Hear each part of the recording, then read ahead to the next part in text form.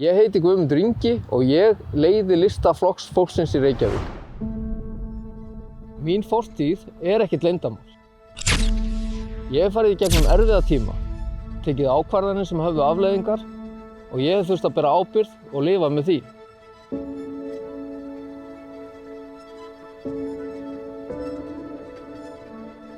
Ég fekk annað tækifæri og nýtti það til að mennta mig í háskóla svo ég geti helgað lífi mínu því að berjast fyrir velferð þeirra sem standa höllum fæti í samfélaginu.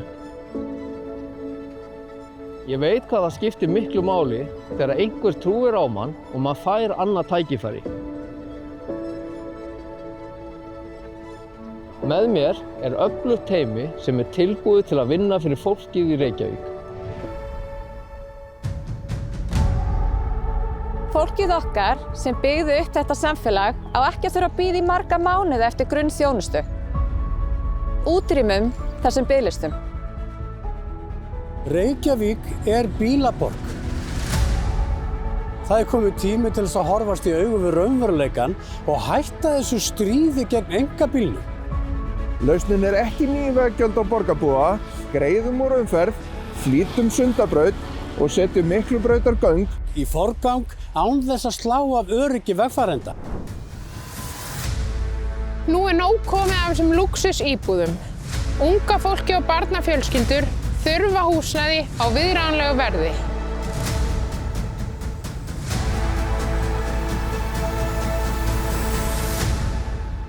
Í dag sjáum við ungmenni með vímuefna og hegðunarraskanir detta á milli kerfa í borginni.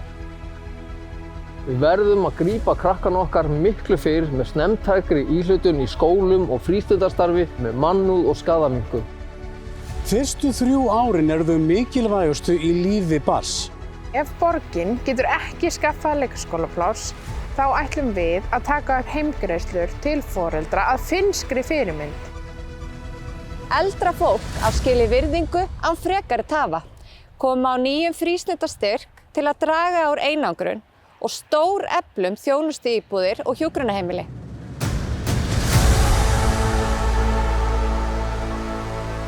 Ég veit hvernig það er að falla. Ég veit líka hvernig maður stendur aftur upp. Nú er komið tími fyrir Reykjavík að gera það sama.